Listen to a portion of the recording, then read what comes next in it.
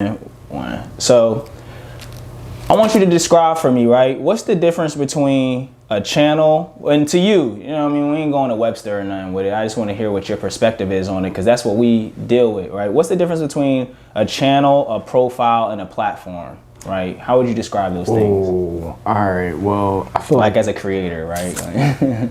Channel and platform kind of go hand in hand. You can have a channel that is a platform, or you can have a platform with many channels. Okay. So okay.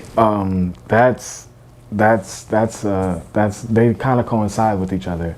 But when it comes to a profile can be for personal and or it can be for business.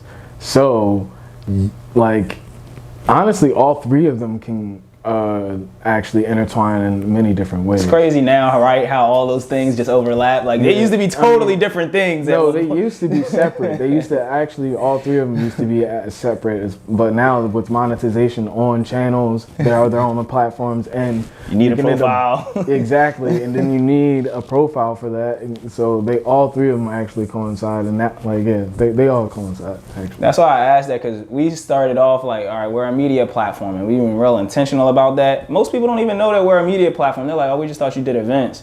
You know what I mean? Because that's where we focus things at. We do events, but that's so we can bring people into the network and create content like this, right? Yeah. So I wanted to thank you, number one, for even being willing to tell your story, come on our platform.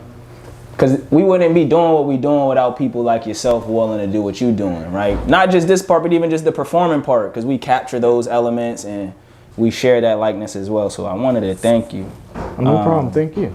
Tell people where they can find, your platforms, your channels. We're going to talk more about it, but I want them to know, some people don't stay long. Right. Understood. You can find me on Grid World Records. Pardon.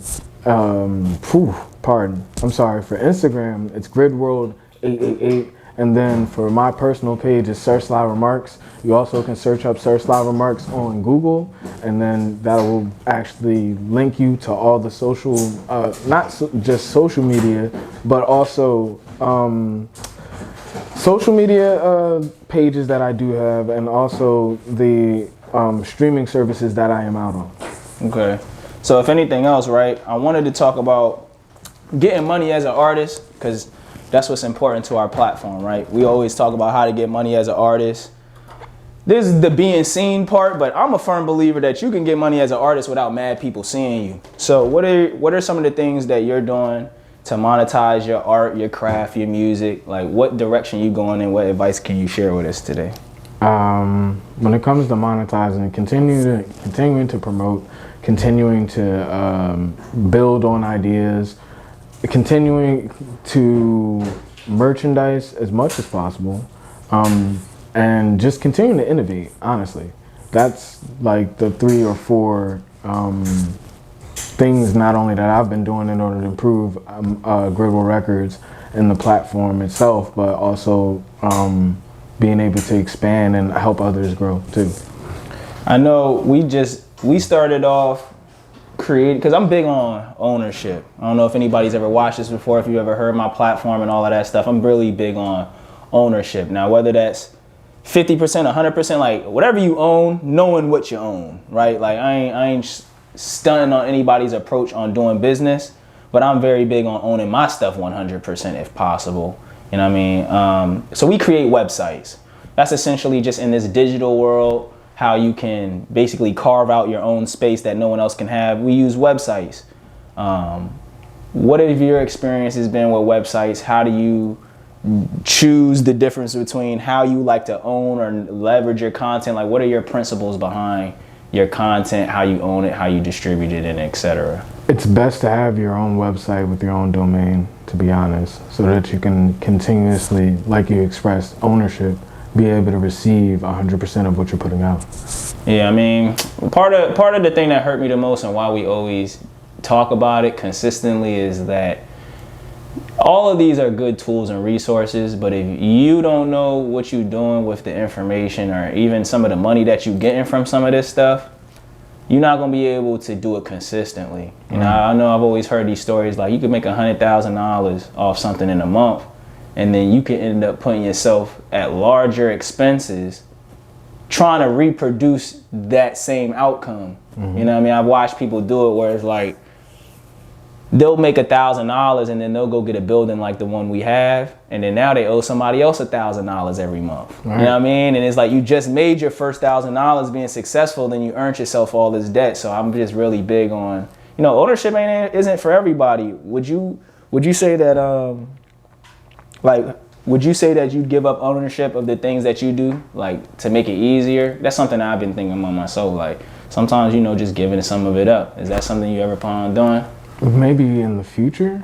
Like what would it come to? What part of your business would be like, all right, I feel comfortable giving away this. Like I don't want to put nothing in your head. I'm asking for just like your genuine consideration. Have you ever considered what help you could bring in, or allowing somebody to take over certain parts? Like, have you ever considered that stuff?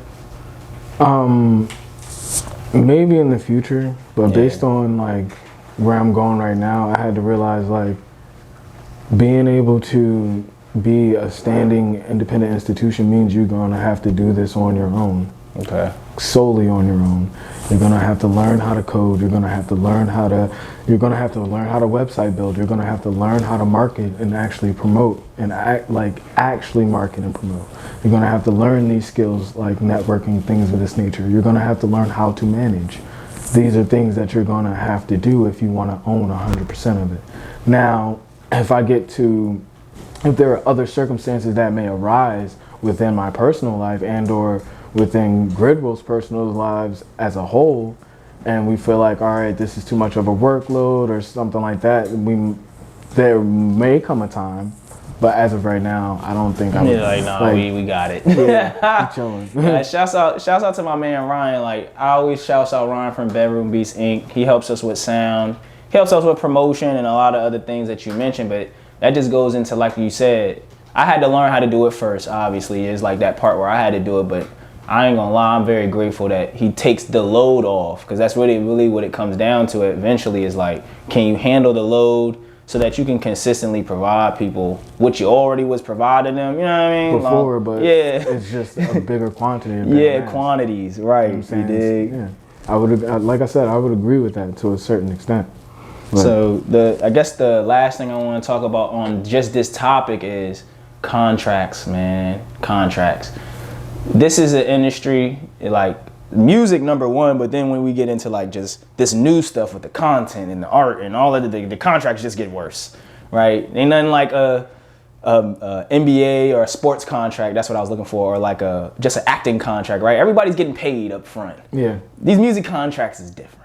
Oh yeah. You know what I mean? So how do you feel about contracts in the music industry? Like, is there anything do you talk about that? Does that strike your interest? Are you aware of what goes on with them kind of things? Yes, and I'm still learning, continuing to do my own research when it comes to that. Well, so what do you know, or like how do you feel as far as what you know? From what I know and from what I've understood already, it's best for me to just continue to do what I'm doing on my own, to be honest. Because once those big contracts do come in, though you do get help, you get industry help and things of that nature, it's in the long run, it's better to be independent and continue to be an independent institution. You know what I mean? You can set your own rules. I always heard people say if somebody will offer you whatever somebody's willing to offer you, that means you probably could make it yourself. Exactly. Right? I always thought that was super interesting. Like, so if somebody offered me $1 million and I didn't even think something was, I mean, oh, okay, maybe I'm undervaluing this, right? There's always that part where it's like, I've also watched the other part where it's like somebody wants a lot for something and it's really not worth that. You know what I mean? You're like, I'm gonna sell this for $100 million, and it's like no one would throw $100 at that idea, let alone whatever you're thinking about it. So how do you I don't want to ask, this is a salacious question, right? But I'm gonna do it anyway, right? What's Sly Remarks, like what's your number? Isn't that the phrase? How much are you worth? Like, how much are you willing to sell your likeness for, right? Like, what's that phrase? You had it right. What's your cost? Or what's your price? That's what they say. What's your price? Yeah, does Sly Remarks have a price? At this moment, I don't. Right. He said no. There's no price. Moment, it's off the shelf. Right. At this moment, it's really like I said before. Being an independent institution entails that yes, you're gonna have to do this on your own, but at the same time, being independent means you're having 100% of your own ownership. Yeah. Like, nothing like looking at somebody else eat off your plate. That should be crazy. That shit be crazy, bro. I'm telling you, them splits start getting crazy. So look, thank you again. This is just me letting everybody know to continue to subscribe, continue to like and share, and we about to bring you the last part of this interview coming up soon, right?